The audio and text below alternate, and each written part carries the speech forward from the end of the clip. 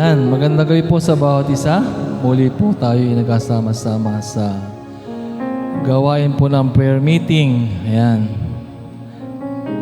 Sige po, tayo po manalangin muna. Hallelujah, Jesus. O, dakilang Diyos. Hallelujah. Salamat na maraming Panginoon. Muli sa mga nagdaang araw na naman, O Lord God.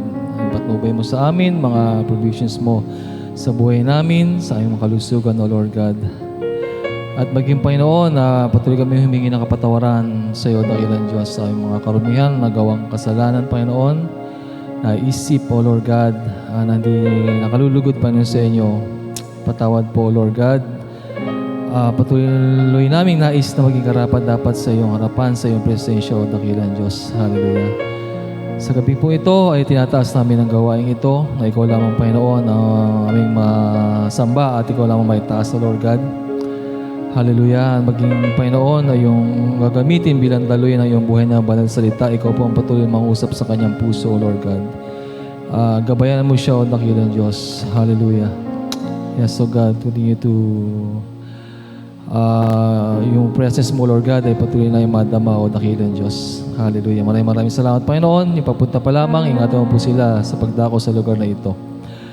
Maraming salamat. Hallelujah. In Jesus' name, Amen. Sige po, tayo po ay kakanta ng worship song sa ating pong Panginoon.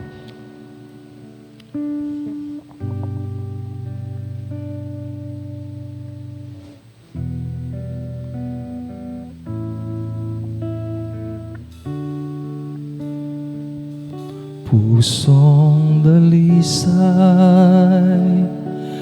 ang aking nais, alikahin mo, Diyos, para sa akin. Pusong dalisay ang aking nais, nalikahin mo, Diyos, para sa akin.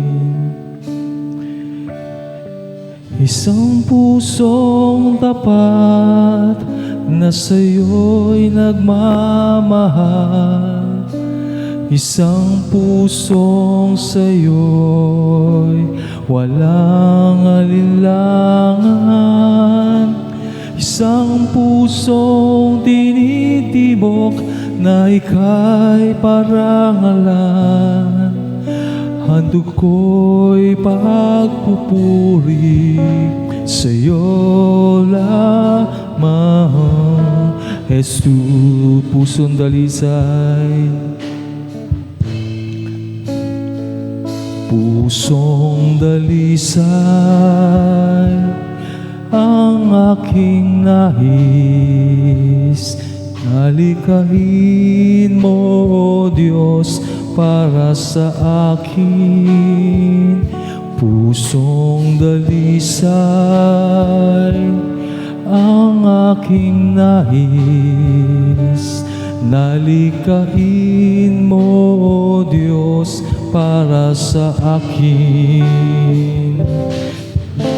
Isang pusong tapat na sa'yo'y nagmamahal, isang pusong sa'yo'y walang alinlangan, isang pusong tinitibok na ika'y parangalan. Handog ko'y pagpupuri sa'yo lamang, Jesus. Minsan pa pusong dalisay, pusong dalisay ang aking nais,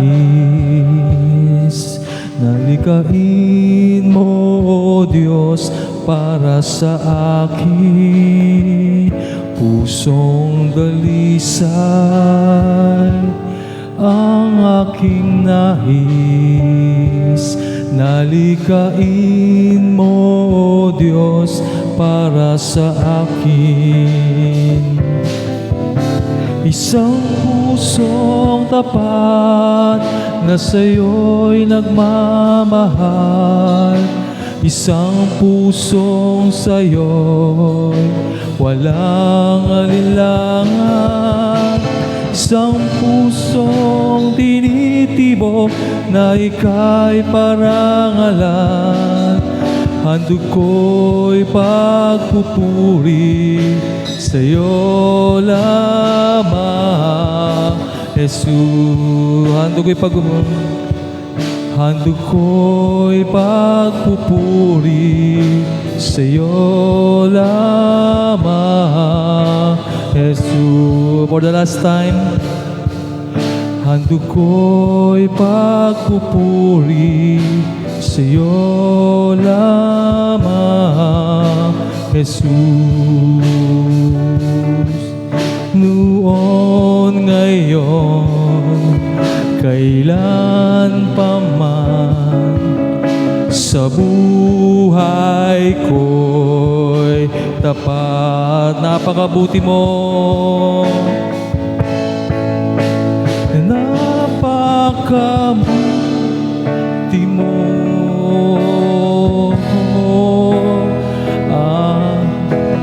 Diyos Ama. Yes, ko God. Ang iyong likha'y luluwalhatiin ka. O, napakabuti mo, napakabuti mo, di ka nagbabago.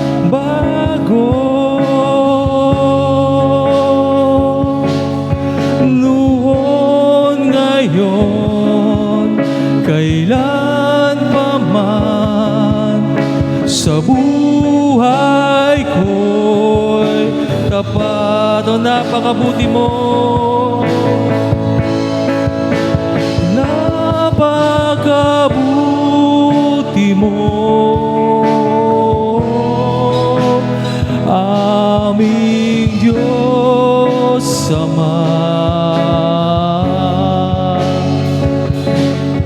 Ang iyong likha'y luluwalhatiin ka.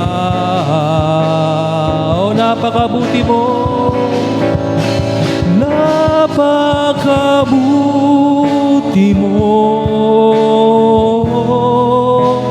di ka nagbabago.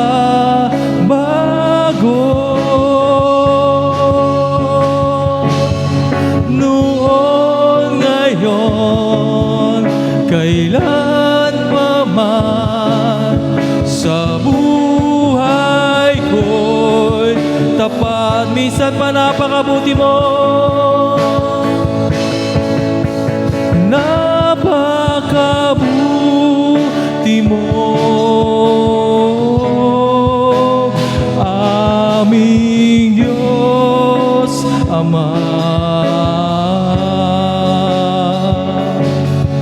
Ang iyong ka,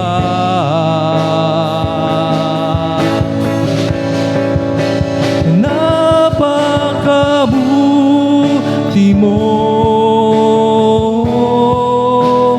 di ka nagbabago.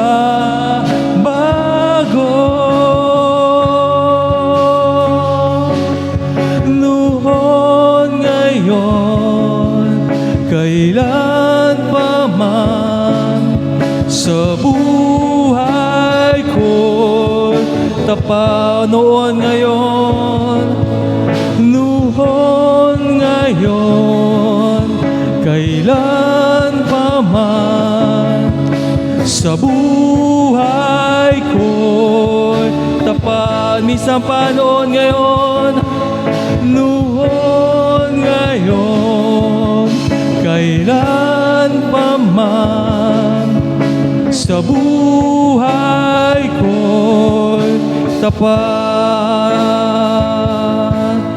Sa buhay ko'y tapat. Sa buhay ko.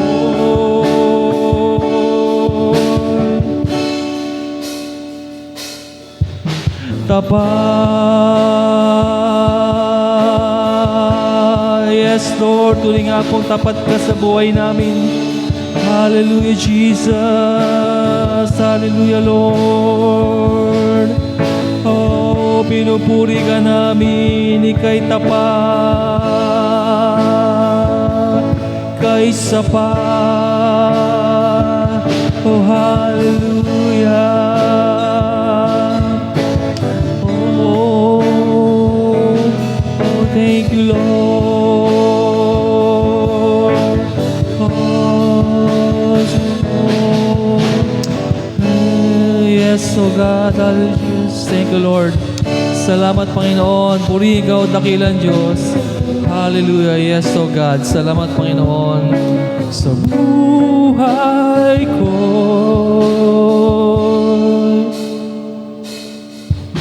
tapat.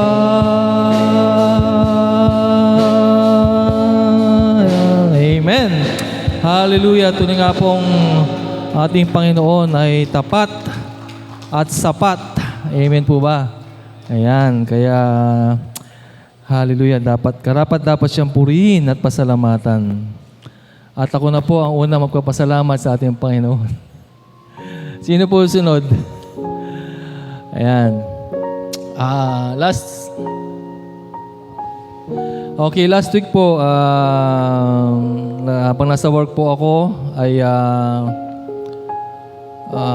kumakain ng malagkit na bibingka, yung may latik, may sabaw. Tapos bigla akong nasamid na napaka-asim 2 beses at para ako nahirapang huminga. Nabigla ako, nasamid, kaya pa nahirapan po akong huminga. At yun, in Jesus name po ako noong time na yun kasi panseryoso at nakakakaba.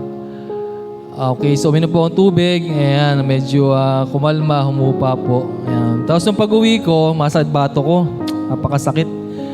Usually, nangyayari na yun pag sumasad bato ko. Naisipan ko mag-BP kasi para mas matindi yung sakit. Tapos unang BP ko, sa pag-BP ng digital, alam mo na kung mataas Kapag yung reading niya, nagpa-pump siya, umabot na ng 200 plus, umakyat pa, sabihin nun, ang reading nun, tsak na mataas. So nag-250 yung reading, yung pumping. Tapos nung nag-read siya, 196 ata yun, over 110, mabilis. Agad nataranta na ako. So, kuha agad ng katapres like sa dila. Hallelujah. So yun, talagang mapa in Jesus name ka. So yun, maalala mo yung mga nangyari sa iba na andun yung pwedeng takayin, pwedeng pumutok ang ugat sa ulo, mga ganyan, di masasabi, mga biglaan. Ako naman, nervyoso, kaya lagi akong may dalang pang-BP at may lagi akong may dalang katapres. At hindi lang yun, hanggat kaya ko pa, pupunta ako sa tabi ng ospital, sa tabi ng ER. Ngayon, nung nagpasama ako kay Sam, buti available si Sam, pinag-drive ako, ang bala ko lang talaga noon, tumambay sa gilid ng ER. Nung malapit na sa ospital, pananikip na yung dibdib ko. Namamanid na yung braso ko. Pagbaba ko ng kotse, diretso na ako sa loob ng ER. Gano'n nangyari. So, binipi naman ako ron, 150 over, basta 150. Nakababad na ako ng katapres noon. So, 150 ang reading. So, talaga mataas. Kahit digital yung gamit kong pang-BP, kung talaga mataas. Kung 196 ang reading noon, palagay mo ng 176, magbawas ka pa ng 20. Mataas pa rin talaga. So, mataas talaga yung BP ko. So, yun po, hindi na ako binigyan ng pangbabad pa noon at pinahiga lang ako. And then, pinalaboratory ako sa laboratory, sa dugo, sa ihi, saka ECG, pati ECG. So, I thank God dahil na-aprobahan naman yung card. Minsan kasi, hindi na-aprobahan So, noong time na yun, approve naman lahat. So, I thank God dahil sa ECG, wala naman nakitang something na pagpitik nung diagram ba yun? Para to the echo siguro, yung susunod kung meron man. So, wala naman po. And then sa lab, sa sugar ko, 101. So, yun? Di pa naman mataas talaga yun. Tapos, yung iba okay naman. Pero sa ihi ko, Yun yung may pula at baka naman daw may parang crystals. So, nasusugatan. Kaya ngayon, binigyan ako ng gamot para 1 week. Babalik ako bukas doon, Friday. Ay, next Friday pala, Wednesday pa lang. Para i-check ulit o i-test ulit yung sa ihi ko. Tapos hanggang sa okay na po, humupa na yung mga yung pakiramdam ko hanggat nasa ER na ako.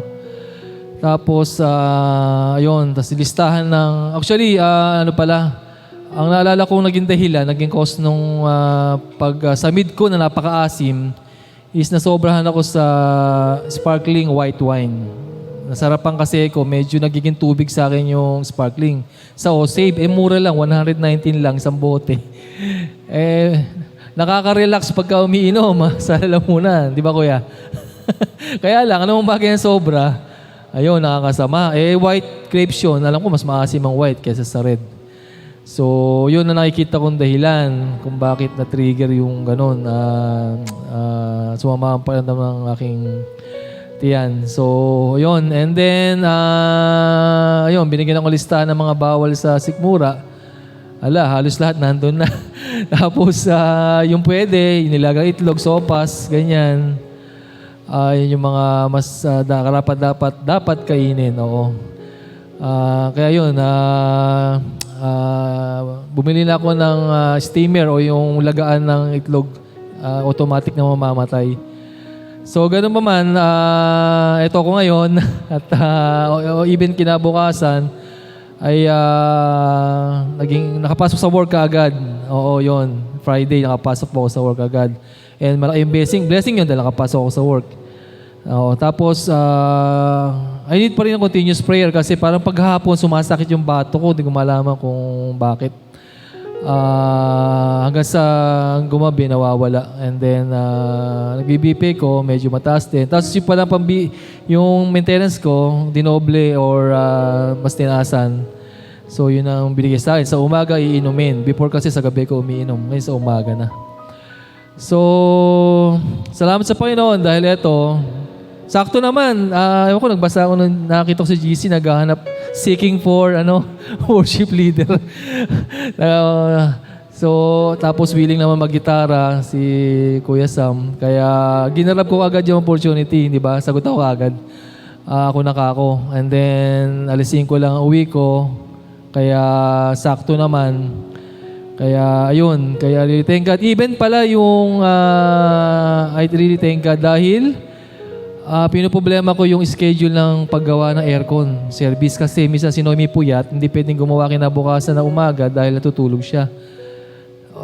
Tapos, kagabi ko lang minessage yung gumagawa, yung may-ari, alas 9, o mag-alas 9 ng gabi. So, in-expect ko, hindi na nga nag-reply. Hanggang kanina, hindi nag-reply hanggang after lunch. So, miniskall ko lang 2:30. So, miniskall ko lang and then tumawag siya. Sabi niya, sir, okay lang ba na na later na lang? Today, later. So nagulat ako, today, later. Sakto naman yun dahil maaga pa manatapos bago mag-time ng tulugan.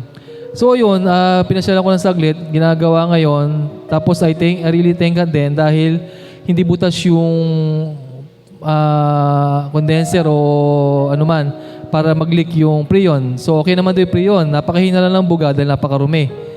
Ayun, so savings din yun dahil mas mahal pagka pati preon o may butas, i-repair, mas malaki trabaho yun.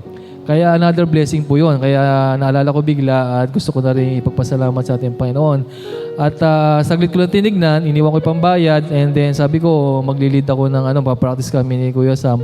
Kaya punta ako agad dito. So, ayun, kaya baka tapos na ngayon. Kaya yun, maraming salamat po sa ating Panginoon. Ayan, alive na alive, napakabilis, sinupul-sunod. Amen. Palakpakan po natin ang Panginoon. Ayan. Ito lang ba? Diyan na lang. Nakadalawa ka, haba mo kasi. Unang-una, ipagpapasalamat ko sa Panginoon. Tulad ni Brother Joel, dumaan din sa stage na tumaas yung BP. Pero ang kabutihan ng Panginoon, na-maintain na naman yung BP ko. Sa loob ng 2 linggo ay may ilang araw lang na tumaas. Sabi ng doktor, kapag majority mababa, huwag na tayo magkita. So, hindi na kami nagkita. Salamat sa Panginoon dahil malaking bagay yung nangyari na puro mahalos mababa yung BP ko. 120, minsan 119, 115. Ganda. Sabi nga ni Mano, pagka nag-BP ko, pinaririnig ko sa kanya pag mababa. Pero pag mataas, pinapatay ko na. Hindi ko pinaririnig. Kasi alam ko tatanungin niya ako ano ang BP? Ganun ako. So pagka alam kong mababa, mauna kong mababasa, hindi ko papatayin yun. Magsasalita yung nag-BP nasa risk ba? Yun, ganun rin. Salamat din sa Panginoon. Una, nakatipid ng bayad sa doktor, di po ba? Ang lang niya is yung diabetes. Medyo, wala pa naman. Pwede pa ako kumain ng matatamis. Pero hindi pa naman talaga dumarating sa point na diabetic ako. Kumbaga, malapit sa border pero hindi pa malapit sa diabetic. So, ingat-ingat lang din po tayo. Tapos, matagal din ako hindi nakadalo ng prayer meeting. Kasi, mga kapatid, magmula nung tumaas yung kurudo, nag-iba ako ng style ng pamamasada. Unang-una, walang pasok. Dati, pag may pasok, 5 p.m. pa lang, 5 a.m. pa lang, nasa biyahe na ako. Nakakauwi ng maaga, minsan. Pero nung magbago, wala nang pasok, tapos sumaba yung taas ng kurudo, sino isasakay ko? Nagtapon lang ako ng kurudo. Mga kapatid, ang kurudo ng Baliwag may kawayan, that time is 160 plus ang diesel, 1 liter. So kung 160 times 10, magkano yun? 1,600. Baliwag may kawayan po yun. Paano kung magkakaroon ng 1,600 na pan-diesel, wala pa yung kita?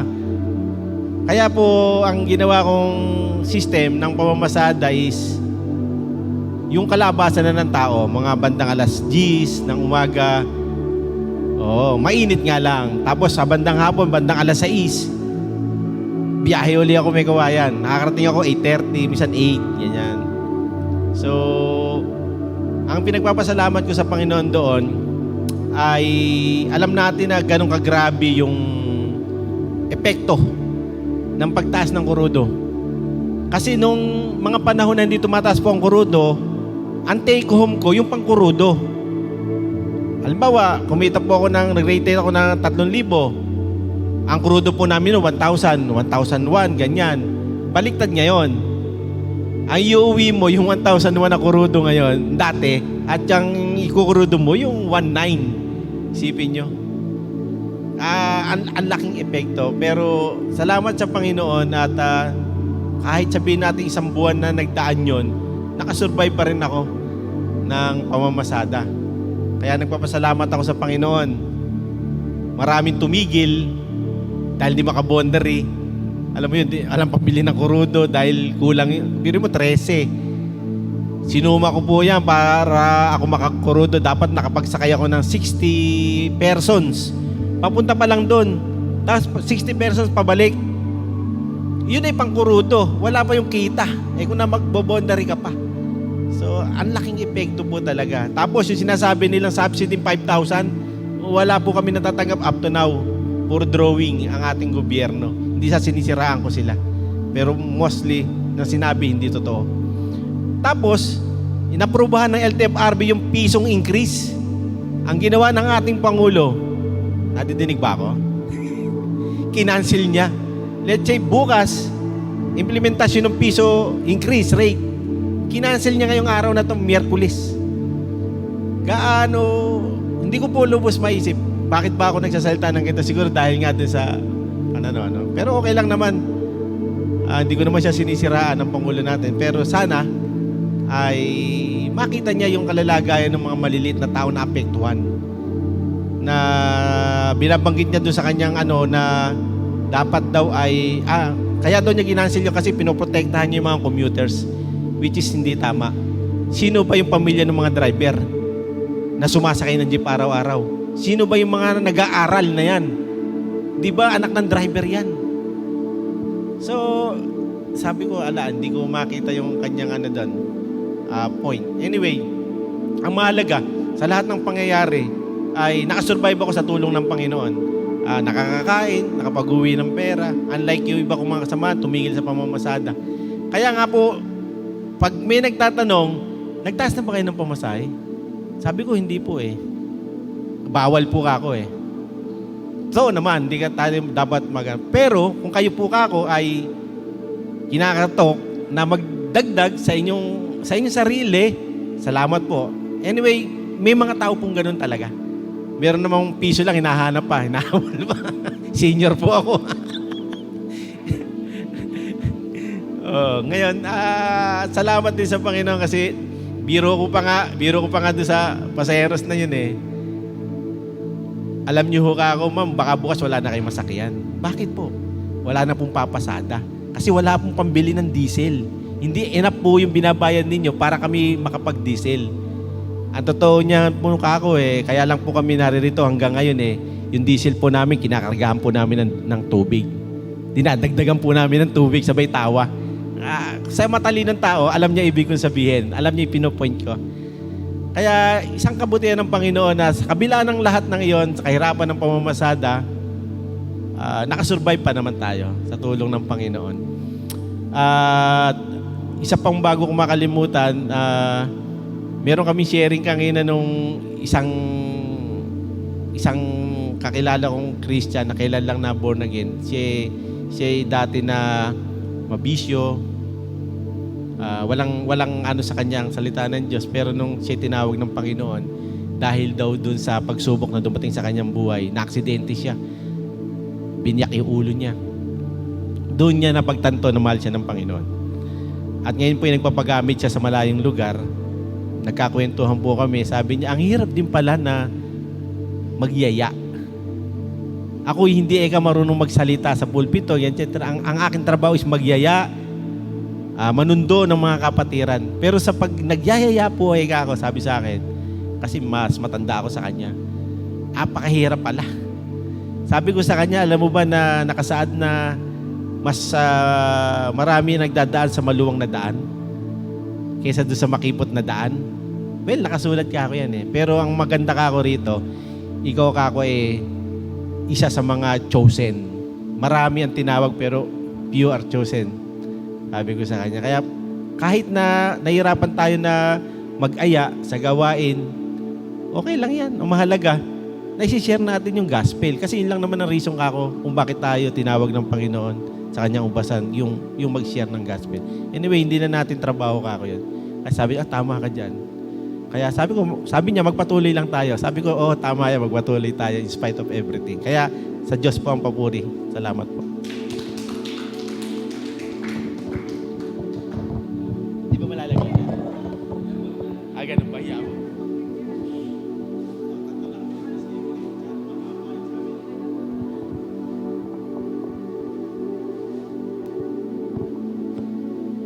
Ayun po, good evening po sa ating lahat. Ako rin po magpapasalamat po ako.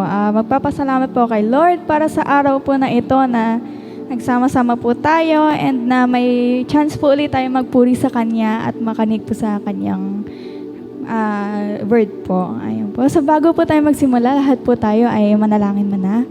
Let us pray. Lord God, thank you po sa gabi na ito, Lord God, na pinagsama-sama niyo po kami. Nawa po ay lahat po ng matutunan po namin ngayong gabi, Lord God, ay maisa puso po namin at maisa buhay po namin, Lord God. And sa mga papunta pa lang po dito ay ingatan niyo po, Lord God. And salamat po sa lahat po ng blessings niya, Lord God. In Jesus' name we pray. Amen. Ayan. So, ang passage po natin for tonight is Colossians 3, verse 1 to 17 po.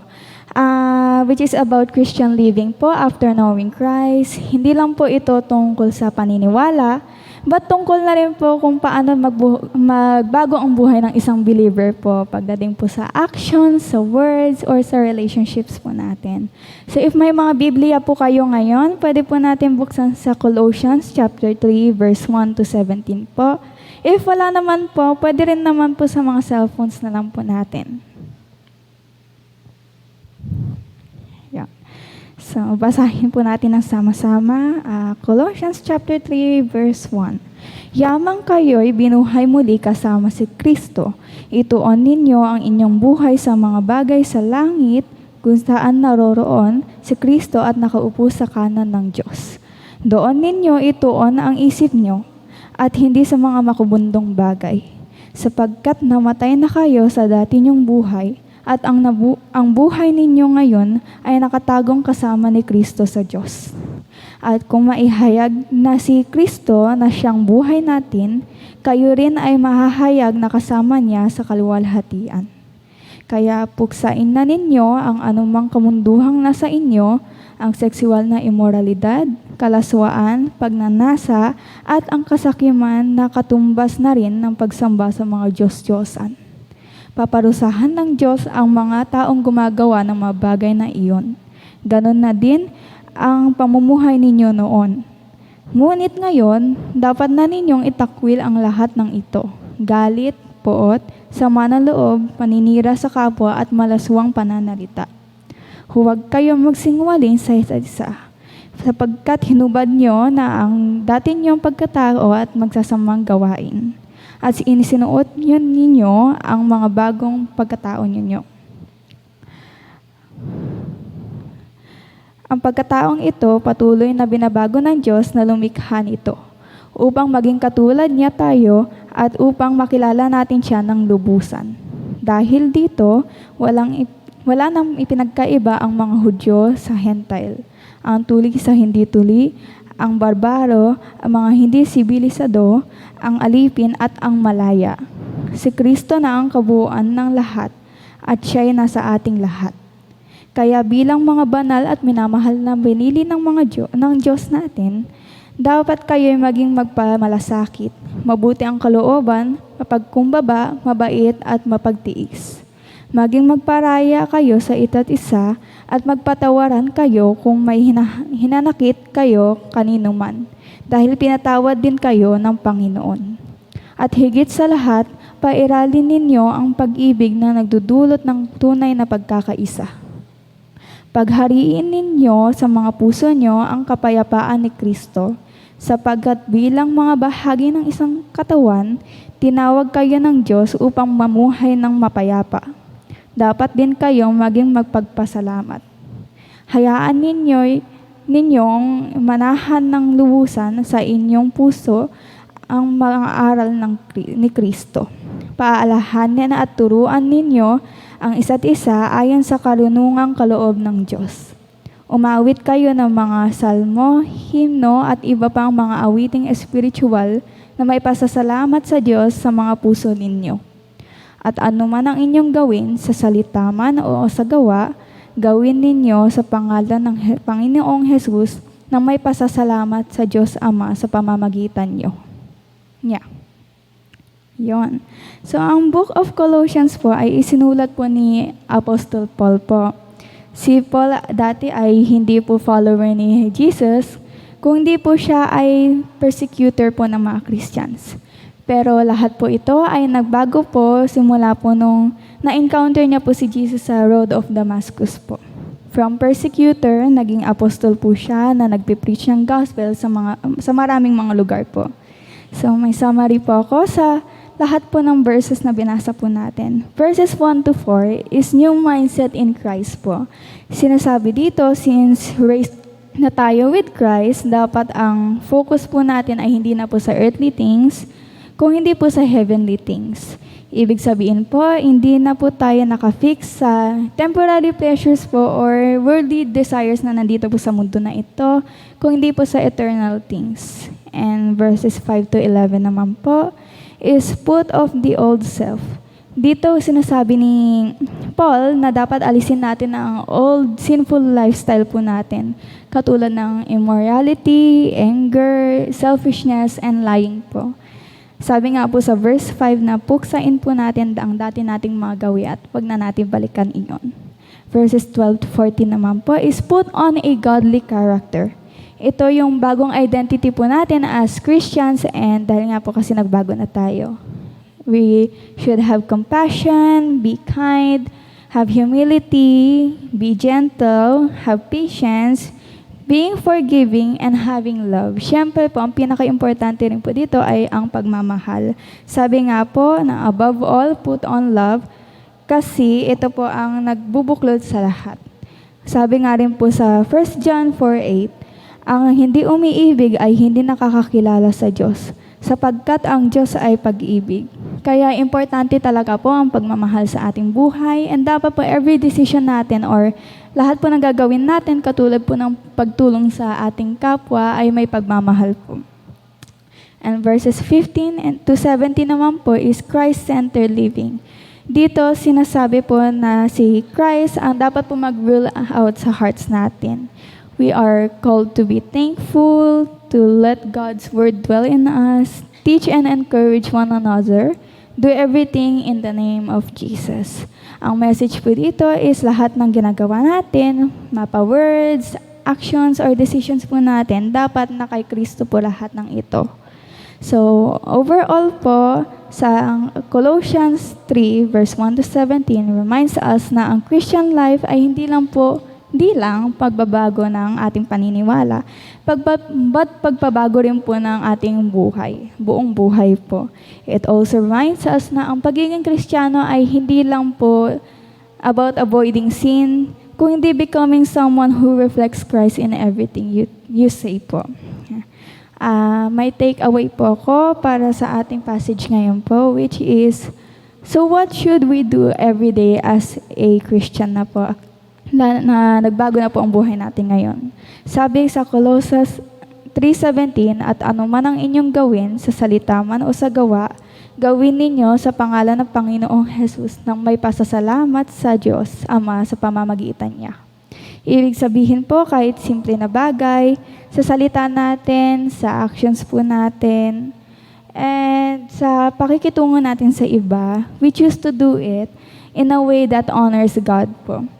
Hindi dahil kailangan o para ma-impress po ang mga ibang tao dito sa mundo na ito, kung hindi po dahil gusto natin i-reflect si God sa buhay po natin. Kahit maliit o malaki man po ito, may meaning po ito dahil kasi ginagawa natin with Him in our hearts and our minds po. We live with purpose and we live with gratitude po. So let us pray. Lord God, thank you po uli sa araw na ito, Lord God, and na sa aming tinuro niyo po para sa amin ngayon, Lord God, is turuan niyo po kami kung paano po kami magbago, Lord God, and kung paano po kami magiging katulad ninyo, Lord God, to have more patience, to have more love, and to be more gentle po with our kapwa mga Kristiyano po, Lord God. And God, na dapat, sana po lahat po ng itinuro sa amin ngayon is may sa puso po namin, at ito po ay i-apply po namin sa buhay namin. We pray this in your mighty name, Jesus. Amen. Thank you po and God bless.